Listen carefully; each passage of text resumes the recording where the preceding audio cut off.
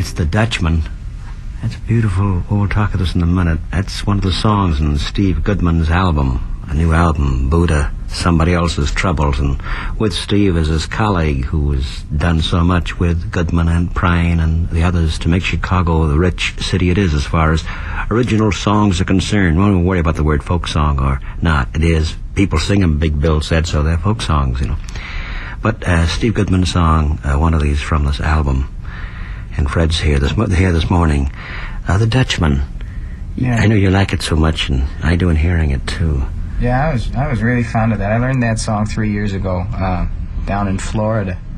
It was written there by a fellow named Mike Smith, and he's a really talented kid. He sings with his wife Barbara, and they live up in Detroit now. I think of the song as listening to it, and with you and Fred, it's a memory song, you know. And think a young guy wrote it, and yet it's an old man's memories, and couldn't help but think of Captain Cat, the old blind sea captain in Under Milkwood. Oh, way back there was. What's that great line there about this girl sang a song when it was. Yeah. What it is in the third verse there when the Dutchman and his wife are sitting in the kitchen. And she makes the bed up singing some old love song, a song that she learned when it was very new. I think it's an ultimate love song. I really do. I think, it's beyond physical necessity. Yeah. Look at your program, gentlemen.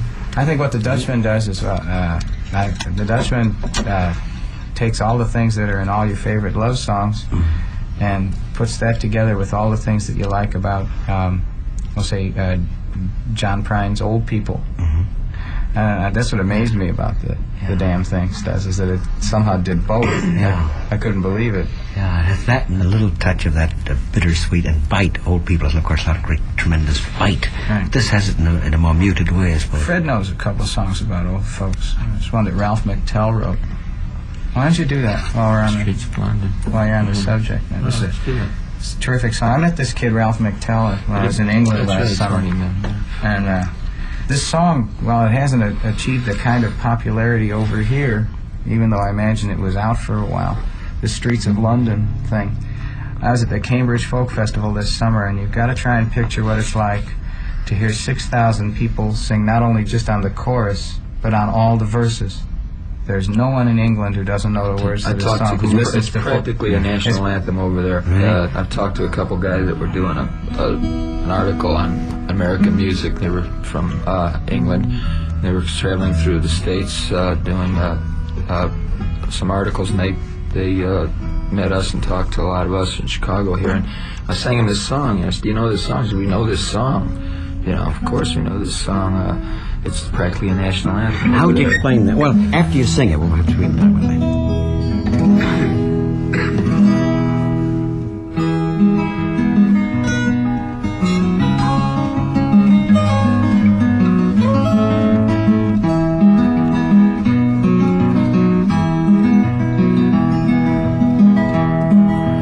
Have you seen the old man in the closed down market, kicking up the papers in his worn out shoes? In his eyes there is no pride, hung loosely at his side. Yesterday's paper telling yesterday's news. So how can you tell me you're lonely and say to you the sun don't shine?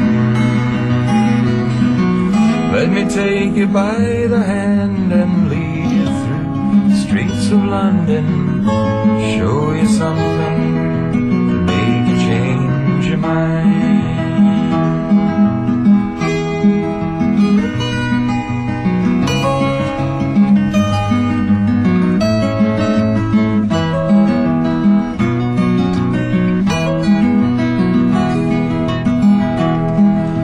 Have you seen the old girl who walks the streets of London?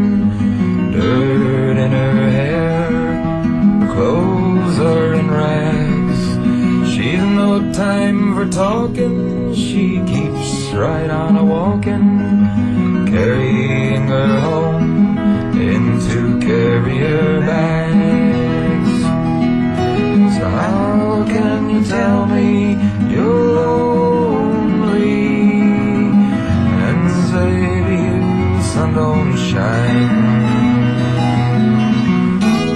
take you by the hand and lead you through the streets of London, show you something, make you change your mind.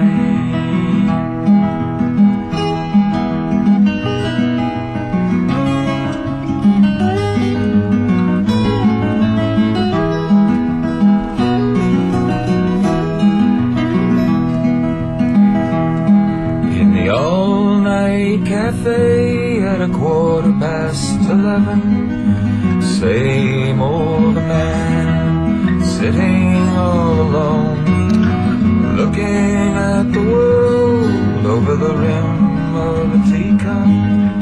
Each tea lasts an hour and he wanders home alone.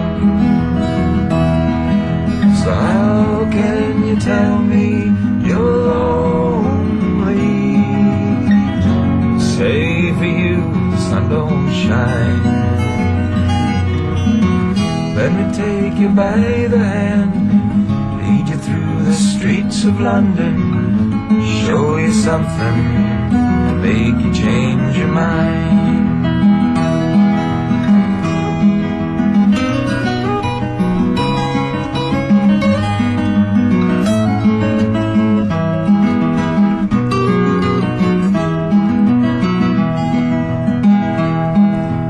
Have you seen the old man outside the Seaman Mission?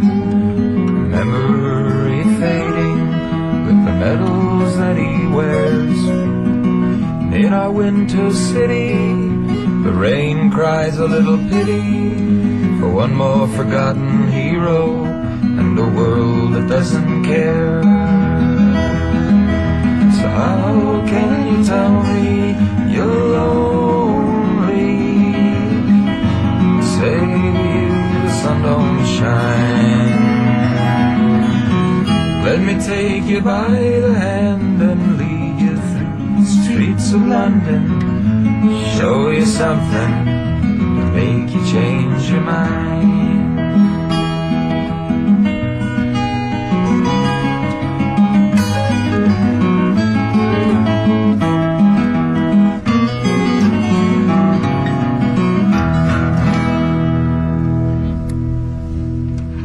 Listening to this Streets of London about old people, and it's Fred Holstein sings it and Steve Goodman backs him here too, and Steve's earlier song on the Boot album The Dutchman, John Prine's song Old People. Suddenly you realize this phony phrase invented by public relations men and by hacks, generation gap. We hardly hear it now. Yeah, it has no meaning, doesn't it? That many I think that's songs. why it disappeared. There's just, you know,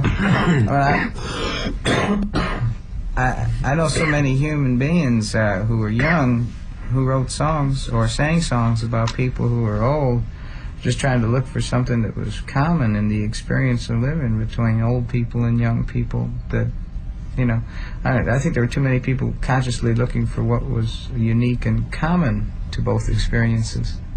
You know, you know, the old without people, separating. Yeah, I hear more songs about sensitive songs. Now, good ones about old people, written by young people. You start thinking maybe it's that group in the middle, I call the flaccid middle. And maybe that's it. You see, there's a story told by this Englishman, a friend of mine, who these two young girls went to help this old woman, and she was destitute. It was sort of social work in a way, and they came back much richer. Her own life, she told them about, they asked her about their troubles, and thus there was an exchange. So, this is part of it. So we come to songs today, and Steve and Fred. Benefits for old people. There's a place called the Chelsea House up on Wilson Avenue that every couple months or so we go up there and we do that. And I got one coming up at the Bohemian Old People's Home in this month. You know, it's interesting. I think it's very interesting. I think it's rewarding. Not only the very appreciative kind of audience for just from singer to audiences, but to talk to these people, because it's I'm interested in how people reacted to each other 40 years ago. I don't know. You know, all I know is what I can read, but I don't know. I don't hear firsthand, right from that person. You know, I always liked during the Depression. You know, That Is that one way in which a song comes to mind? I'm just curious. Steve, say. Yeah. Returning to the Buddha album, the new one of yours, Somebody Else's... Well, the very title of the album, Somebody Else's Troubles, or no? Yeah, I could do that one for you. Explain to you one. All right.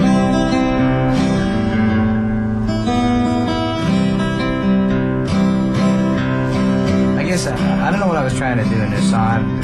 At first I thought I was taking a poke at do-gooders, but it got past that, you know. Let me ask you about the word do-gooders in a minute. I'm going to challenge you after the song. I think talk-gooders is what I meant by that. Alright? I don't got anything against do-gooders. But I always say, what are we for? Do-batters?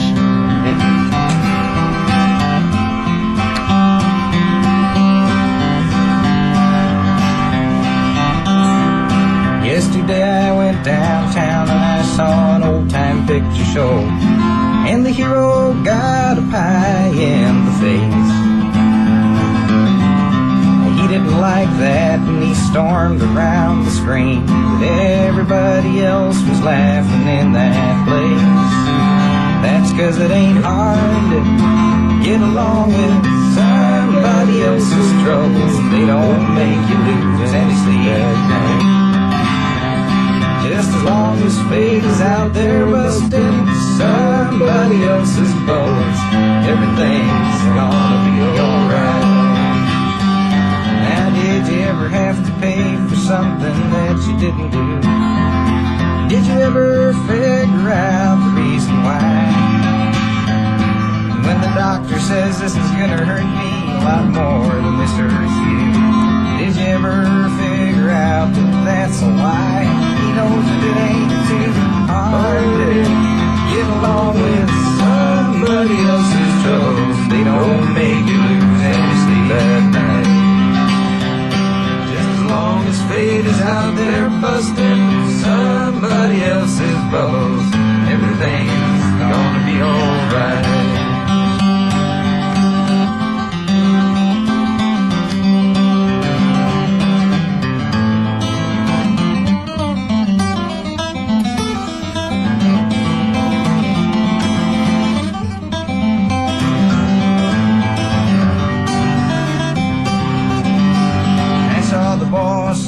Walking down along that factory line, he said we all have to tighten up our belts, but he didn't look any thinner than he did a year ago, and I wondered just how hungry that man felt. He knows that it ain't too hard to get along with somebody else's troubles. They don't make you lose any sleep at night.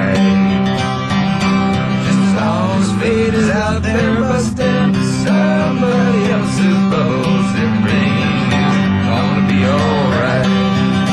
And I asked the undertaker what it took to make him laugh when all he ever saw is people crying.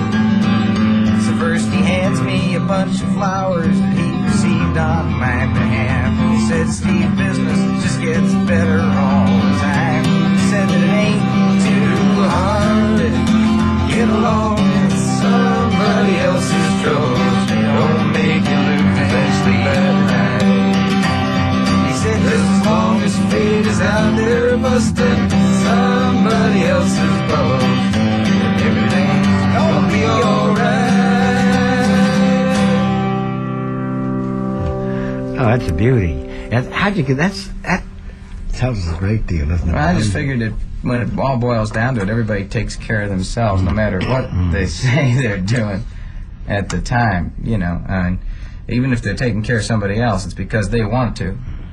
You know, I just wish people would admit that a little bit. The phrase talk-gutters is good here in reference to what talking. Yeah, do-gooders, people who do good, I like them well enough. No, sure. the reason for the moment the back stiffened there is so often we use the word do-gooders being whenever something happens. Those do-gooders. When someone who does nothing, very often someone does nothing points out to do-gooders. Whereas talk-gooders is somebody else's. How'd you come to write that? That's just Steve? It was one of those accidents of life, Studs. I mean, I really don't know how I came to write it.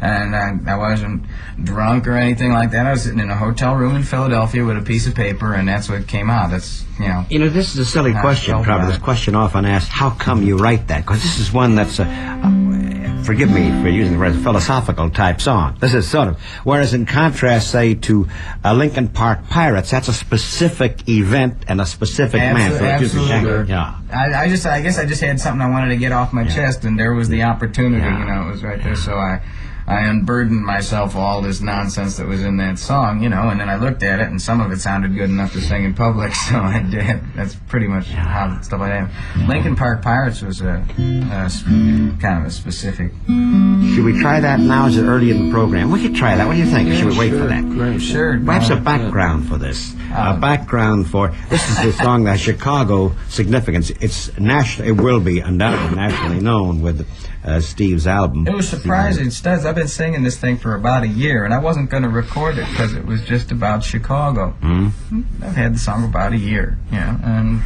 I didn't know whether or not to record it because I figured no one outside Chicago would understand it. And one night in Buffalo, New York, I suddenly drew a blank up there on stage. You know, some folk singers got their songs taped to the side of the guitar. I suddenly drew a blank. No thought processes were going on. Every now and then it happens, and I almost panicked, and then it hit me that the only song I could think of at the time that would fit after what I just did was Lincoln Park Pirates. And I figured that there's nobody in Buffalo who knew me all that well, you know, and if ever I was going to sing it outside of Chicago, I ought to try it. And it saved the whole set. So I tried it a week later in Irvine, California. And I guess they have cars out there too. And you know, it surprised me though. So it goes well outside. Yeah, in fact, sometimes it goes better outside than it goes inside because people in Chicago take the subject matter of this song seriously. Well, sometimes they laugh like crazy, and sometimes they sit there and go like that. You know, scratch their chins and say profound. Well, perhaps a preface to this for those who don't know it. This is about the Lincoln Park towing service, and the hero, Ross Cascio, whom Mike Royko has immortalized in his columns, and we'll refer to his column of Monday this week. But the fact is, maybe in other cities, there's someone like him. There's a guy like him. Well, in New York, it's the police, and it's $50 to get your car back instead of $30. So maybe I should have written about the New York situation. You don't have to, because the Chicago one is my favorite word, the metaphor for the moment. Perhaps. It perhaps is a. If I lived in New York, perhaps I would have written it that way, you know, and then passed through Chicago and said, perhaps you can see something familiar in this, which is. Well, we'll hear a link from your album, from Steve's album, Steve Goodman's album. The 60th Street Mystery Choir sings a number of people back you on this, I take it. Yeah, well, on this particular one, it's the 60th Street Mystery Choir. Bob Dylan actually only played on somebody else's troubles, and on a thing called the Election Year Rag, which never made it to the album because the album didn't come out before the election. But this may lead to something, the playing of this song, and not necessarily on the air. Perhaps maybe we could be another party to what may be a suit. According to Brother Royko's column of Monday, he writes of Steve Goodman's song, immortalizing the hero of Lincoln Park Pirates. So Mike decided to call him. Perhaps we could read this little preface to hearing the song. There it is. It's in print. We may as well read it. And it's fitting that Cascio, it's Ross Cascio, hero of the song you're about to hear Steve Goodman and his colleagues sing and play on the Buddha album, should have his own folk song. He's become a legend to people in North Side bars, whispering about the harrowing experiences. Thus there have been other folk song figures, Captain Kidd, Billy the Kid, Jesse James, Cole Younger. They live today, they'd have been all the nice guys. And they'd have been in the tow truck business. Mike has a way with a phrase. Yeah. Years from now, he writes, long after Cascio made his last tow, Lincoln towing will be sung about in coffee houses, camp, even on the midnight special.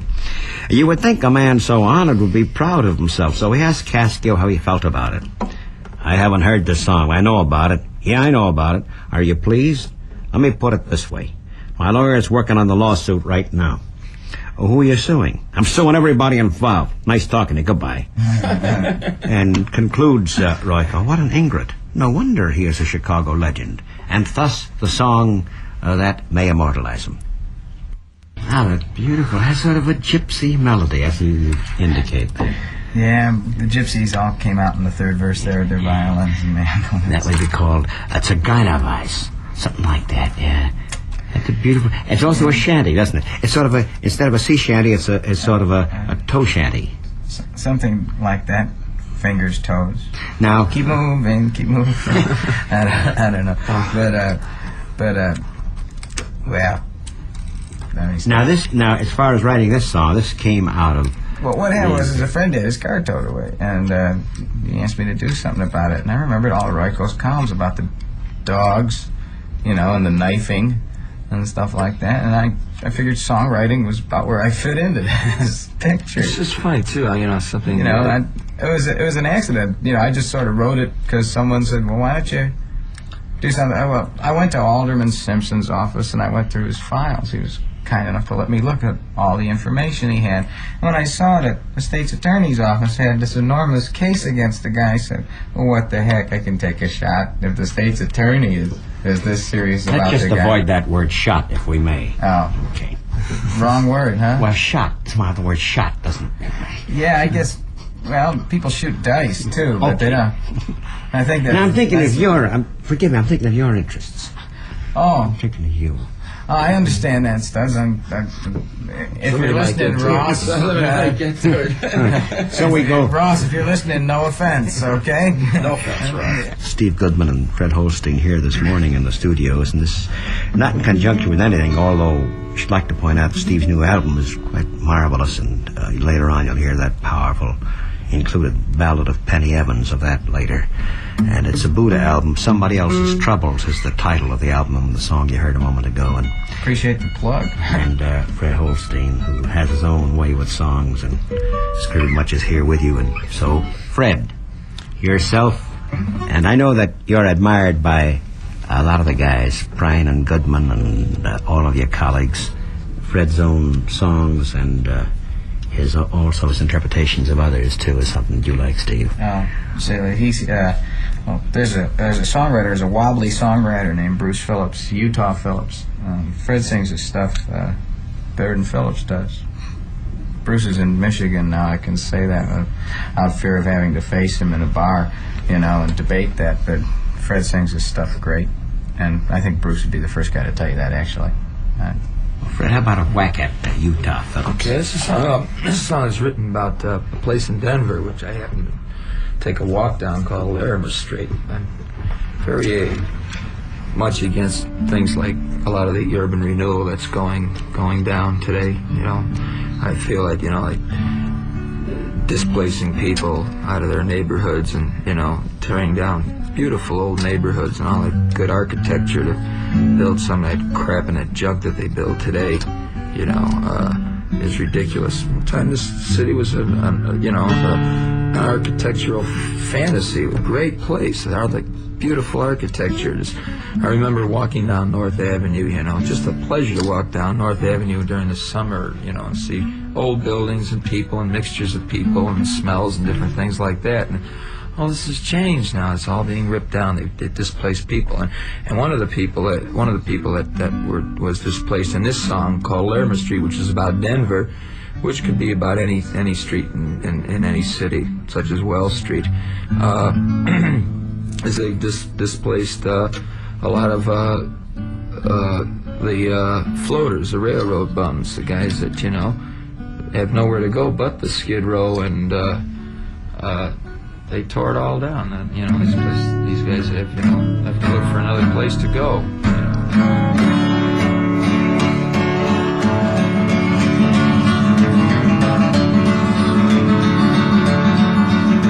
Your bulldozers rolling through my part of town. The iron ball swings and you knocked it all down. You knocked down my flop house and you knocked down my bars. You blacktopped it over to park all your cars. And where will I go? And where will I stay when you knock down the Skid Row and haul it away? I'll flag a fast rattler right on down, boys. They're running the bums out of town.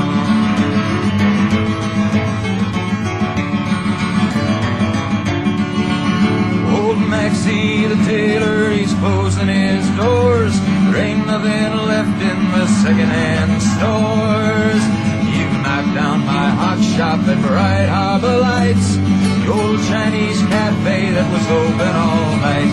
And where will I go? And where will I stay?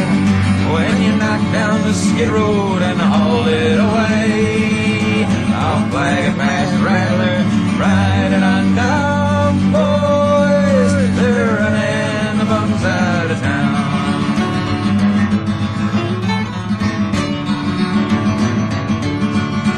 They ran out the hookers that worked on the street, but they build a big club where the playboys can meet.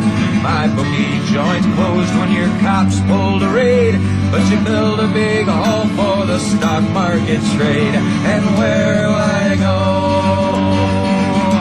And where will I stay? When you knock down the skid road and haul it away, I'll flag a fast rattler, ride it on down, boys. They're running the bums out of town.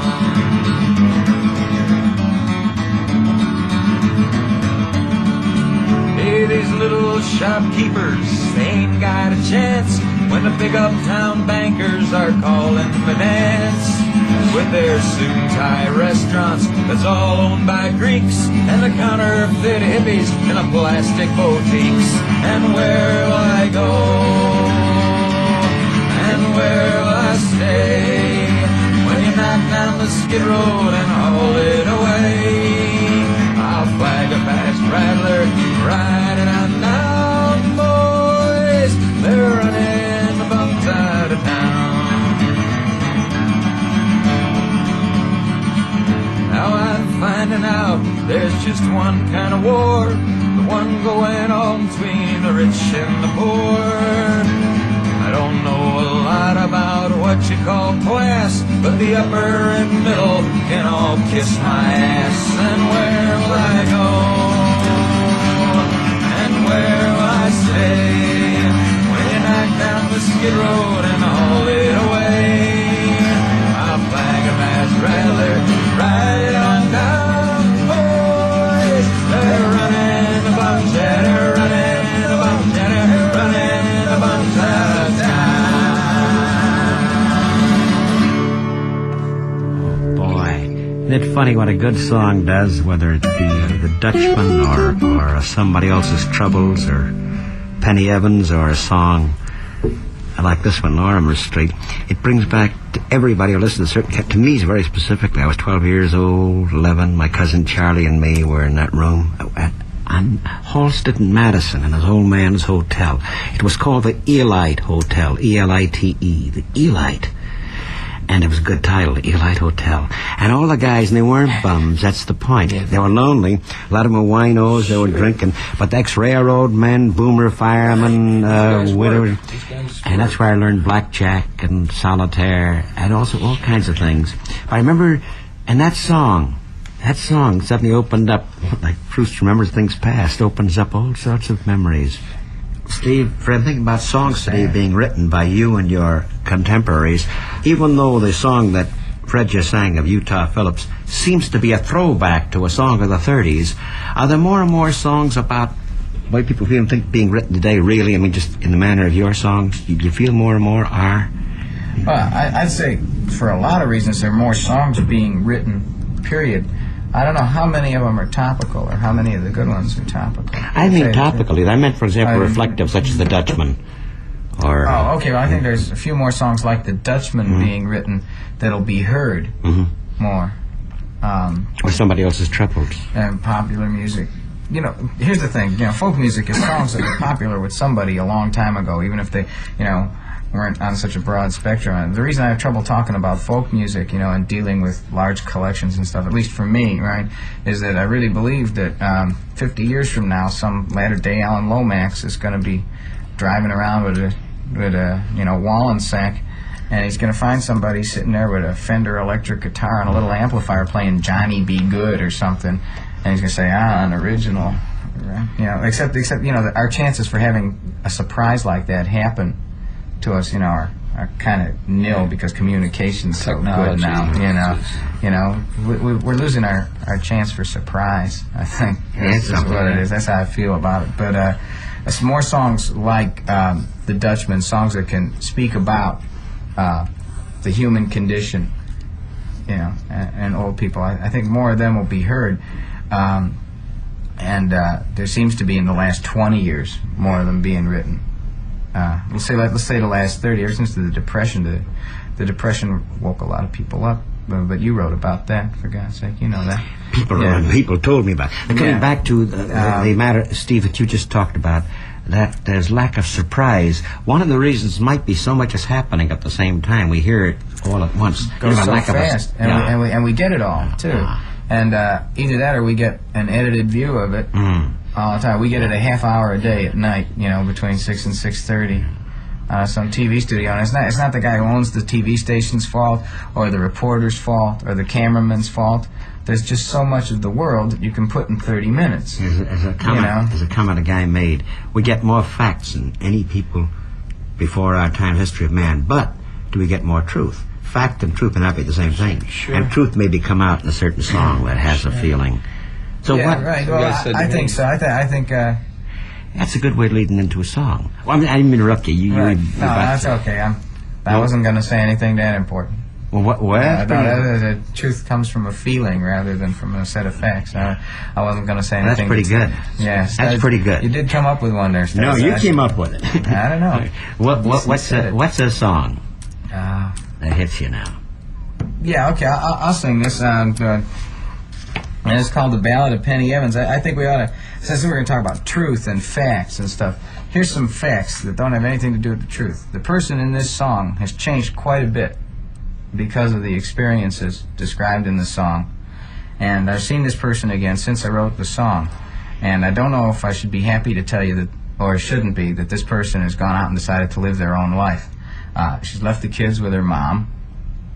And she's really not basically possessed of the kind of quiet strength that I thought she was when I wrote the song. That's a tacit admission of a blind spot that I had, because I was listening to the story and I wrote it down, and I did not see a whole lot of other things that either shouldn't be in the song or should have kept me from writing it. One of those two.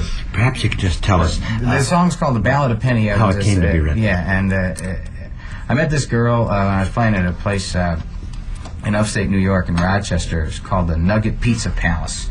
And it's owned by the sweetest man in the world named Lee Grills, and thank goodness he's out of show business now, because he wasn't real good at it. He was good at selling pizzas and not good at, you know, running a nightclub or a coffee house or whatever, or a folk singing beer place or whatever they are. And it was kind of a zoo. They had slot machines and pinball machines and this big, like, 24-second clock at a basketball court up over the stage that flashed numbers when your pizza was ready. And it would flash your number, go 43, 43, at you. And I was singing in this place with the New York Rock Ensemble, which is a terrific rock and roll band, and we had some good times together, but it wasn't necessarily the best place to sing folk songs. And I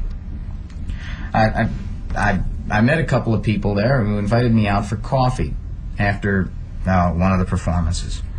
And amongst the 4 or 5 people at the table was this girl who proceeded to tell me how she lost her husband in Vietnam, how she had 2 kids, both under the age of 3.5 or something like that, and how she was working as a computer operator, and her mom was babysitting for her during the day, and how she refused to take any of the widows' orphans' benefits checks when they came in the mail.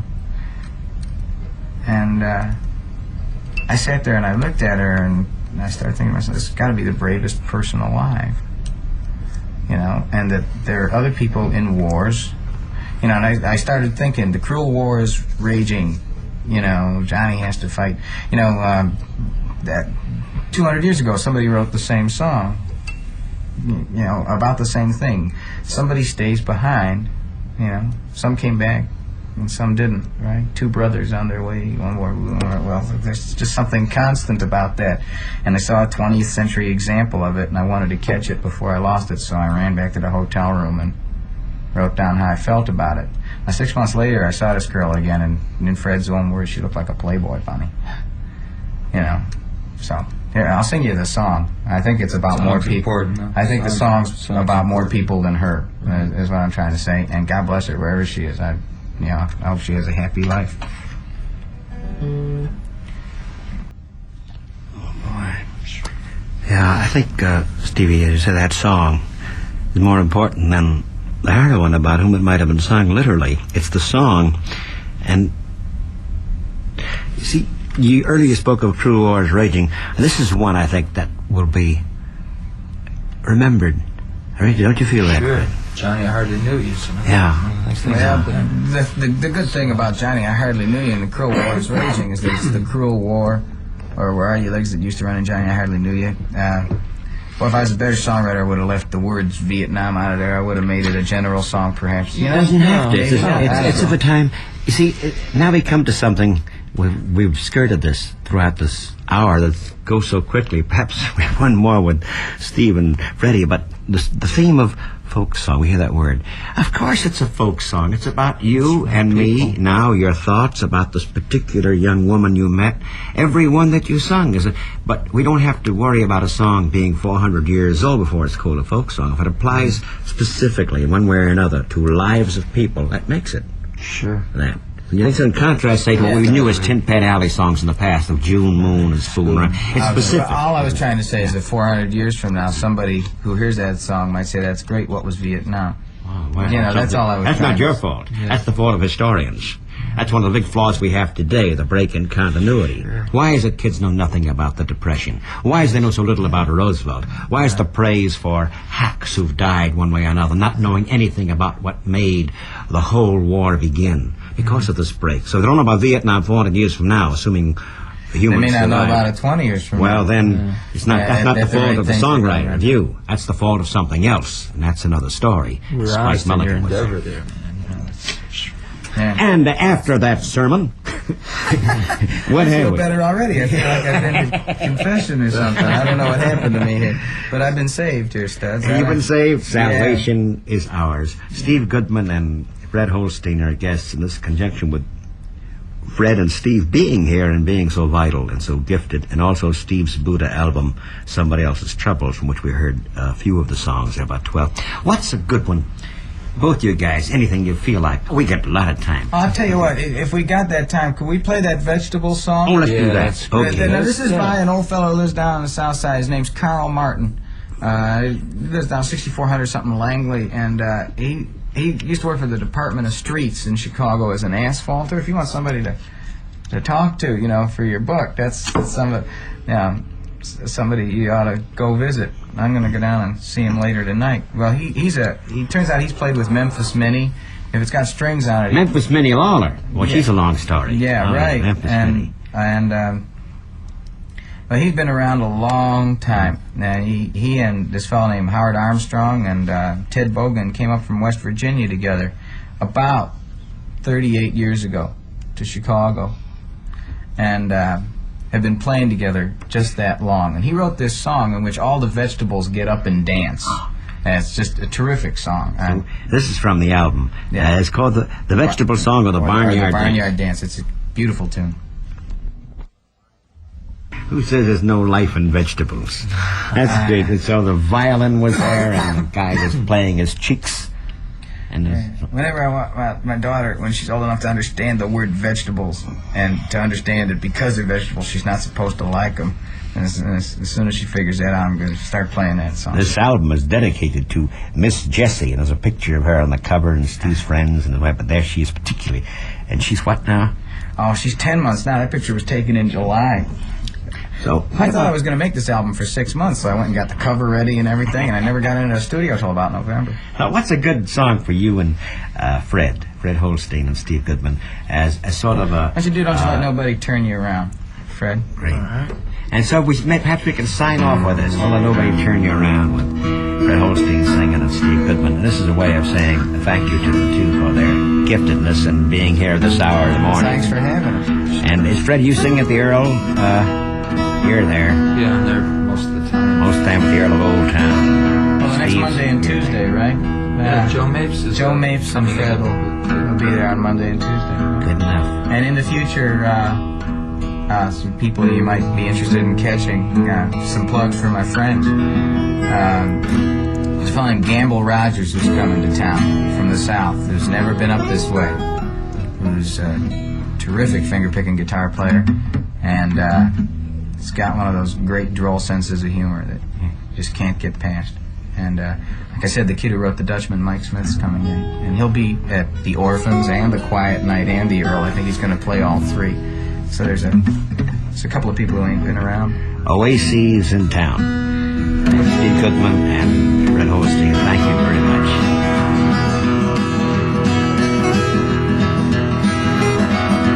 It's a long, long journey to your own home, where your own truth is waiting to be found.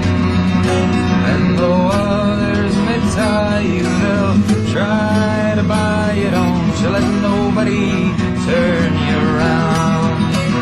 Turn you around, turn you around. Don't you let nobody turn you around. Turn you around, oh turn you around. Don't you let nobody turn you around. And the weak and timid ones will warn you not to tread on unfamiliar ground. But it's there that you've got to go to find what you've got to know. Don't you let nobody turn you around. Turn you around, turn you around. Don't you let nobody turn you around. Turn you around, oh turn you around. Don't you let nobody turn you around. And the silvery words tumble from our leaders, and the loud hosannas are abound. From the dungeons of history you'll find an answer now. Don't you let nobody turn you around. Turn you around, oh turn you around. Don't you let nobody turn you around. Turn you around, turn you around. Don't you let nobody turn you around. Long ago there was a man, to the old lies he would not be bound, and they hung him to a tree for telling you and me. Don't you let nobody turn you around. Turn you around, I'll turn you around. Don't you let nobody turn you around. Turn you around, oh turn you around. Don't you let nobody turn you around. It's a long, long journey to your own home, where your own truth is waiting to be found. And though others may tie you, they'll try to buy you. Don't you let nobody turn you